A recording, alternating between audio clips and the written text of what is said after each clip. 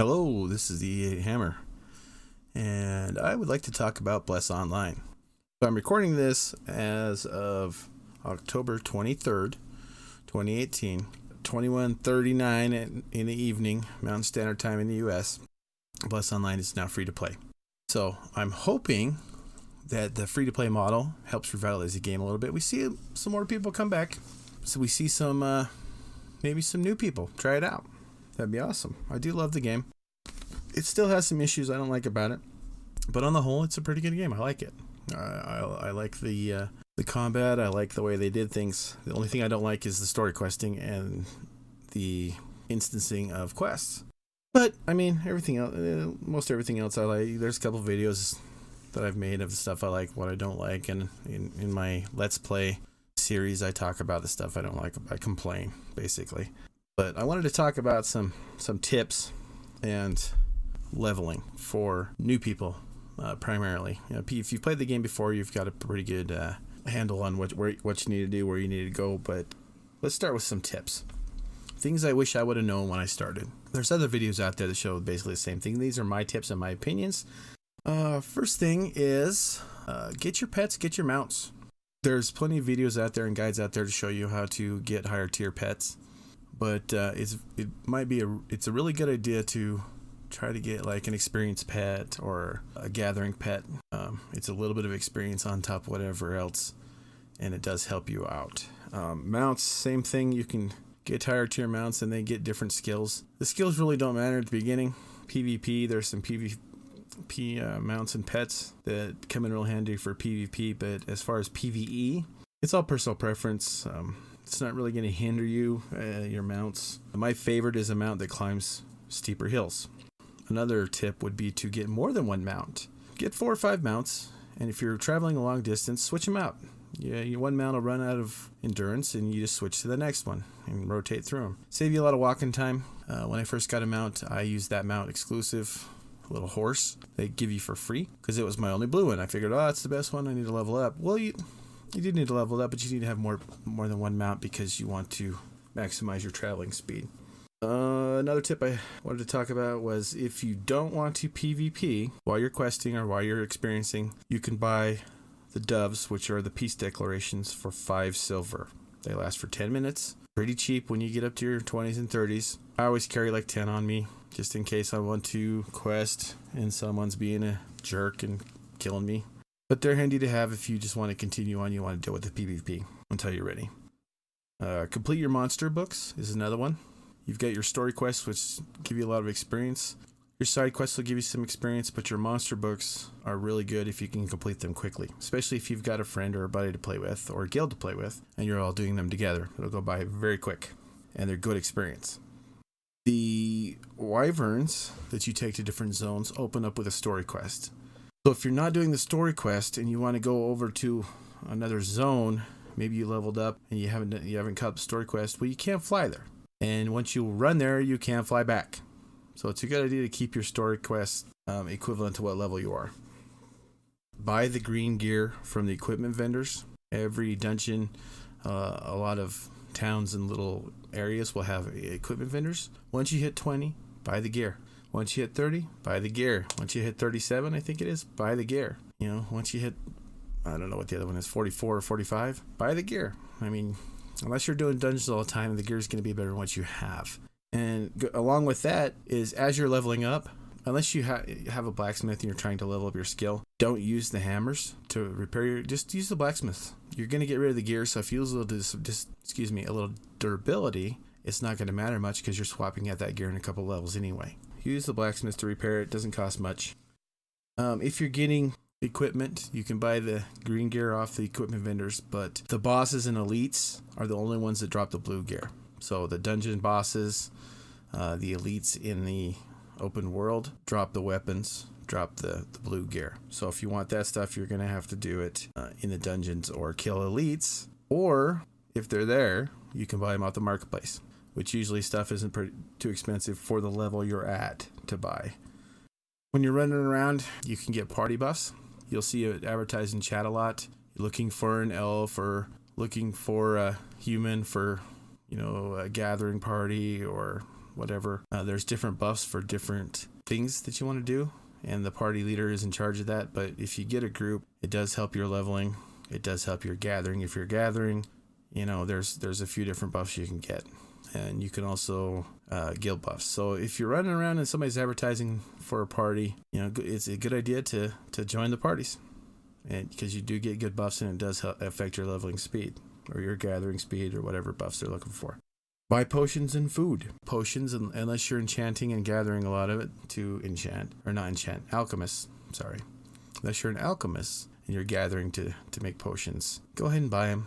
Vendors sell them, and they're not too expensive, and they will save your life. Use the potions. And food is a big one, especially if you're a cook, or you can buy it off the marketplace or another player. You can get food that regens 400% faster once you're out of combat. It regens your hit points and everything faster, 400% faster, by just eating this food, which will save you a lot of downtime. Helps maximize your experience.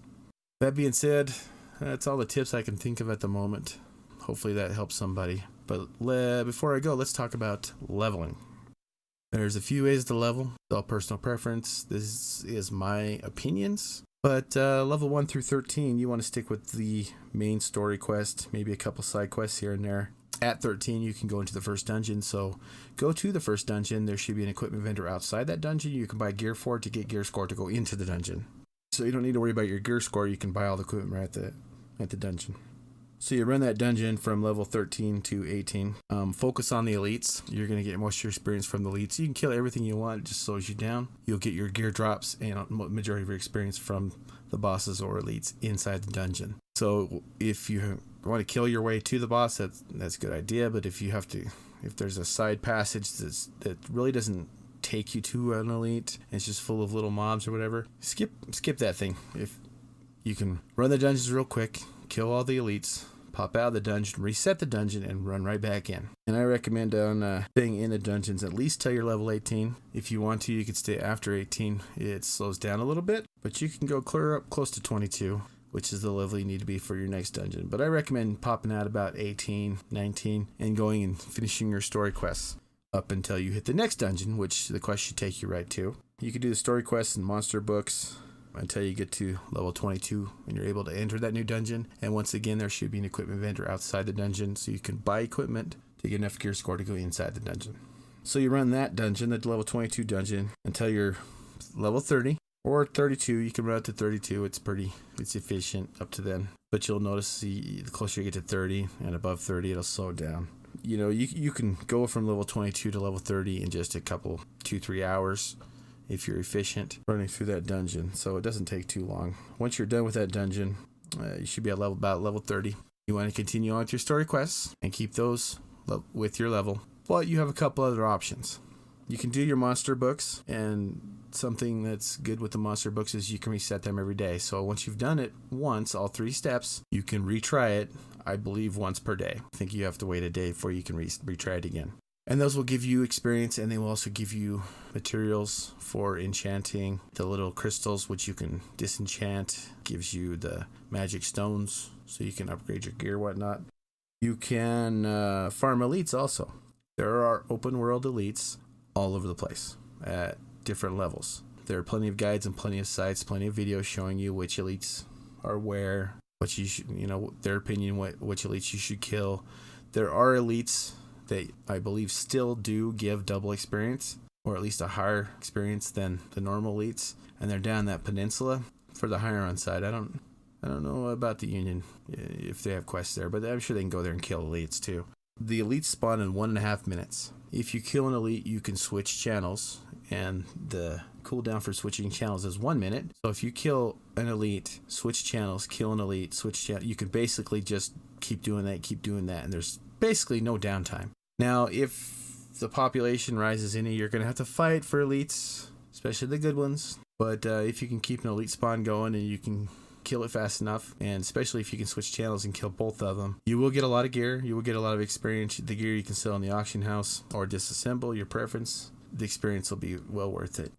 You can also, if you have a good guild, or you can find a raid or a group, you can do what's called raid farming, which is the fastest way to level, but you have to have a group or a raid. It's hard to coordinate. It's hard to keep the raid together. But basically, you get into a big raid or a decent group, and you go to a certain area and you run a circular pattern or a back and forth pattern. Maybe you switch channels. That's why it's hard to coordinate. And you can basically just kill mobs, collect books, gain experience. You'll see raids every once in a while form for different zones. There's a couple good zones for raids, and it is the quickest way to level up. But they're hard to find, the groups and the raids, and they're hard to coordinate and get everybody on the same page. You'll have some fool over here doing his own thing. I personally like to stick with a story quest. It is slower. If you've watched any of my Let's Play videos, you notice I don't level very fast. But that's not why I'm playing. It is slower. You get the story. Some of the stories in Bless are kind of cheese. Some of them are pretty good. Some of them were written by actual people who could write. So, I mean, some of them are fun. But you get the quests, you get the rewards from the quests. You go to the different zones, and they unlock the zones as you level. So you're never stuck anywhere without a ride home. I do monster books, and I do side quests, because you cannot level to level 45 just off main story quest alone. You will have to do side quests. You will have to do monster books. You can do the questing of the story, side quests, whatnot. You can do monster books. You can do elite farming. You can do raid farming. It's up to you. Like I said, I prefer this, just leveling with the story, doing side quests where I can, and doing books once in a while when I need to get a couple levels. And that's basically my opinions on what you should do and the quickest way to level. Up until level 30, you do the story quests, dungeons, story quest, dungeon. And then once you hit 30, you can choose which path you want to take. But you do want to keep your main story quests on par with your levels, so you can continue to go to the different zones and you can unlock them as you go. Because they do not unlock except for with the story quests. So if you want to go to this area, you've got to go there with the story quest, and now you can fly back and forth to that area. So I'm hoping this helps somebody. I'm hoping we do get a population in Bless. We get a few more people playing. It'll make it more fun for me, and hopefully everybody else will enjoy it. Hopefully their free-to-play model works. A lot of hopes there. Neo Wiz has kind of disappointed a lot of us, so we'll see what happens. But I thought I would put my tips and my leveling advice out there for anybody that does need it. So thanks for listening, and we will see you next time.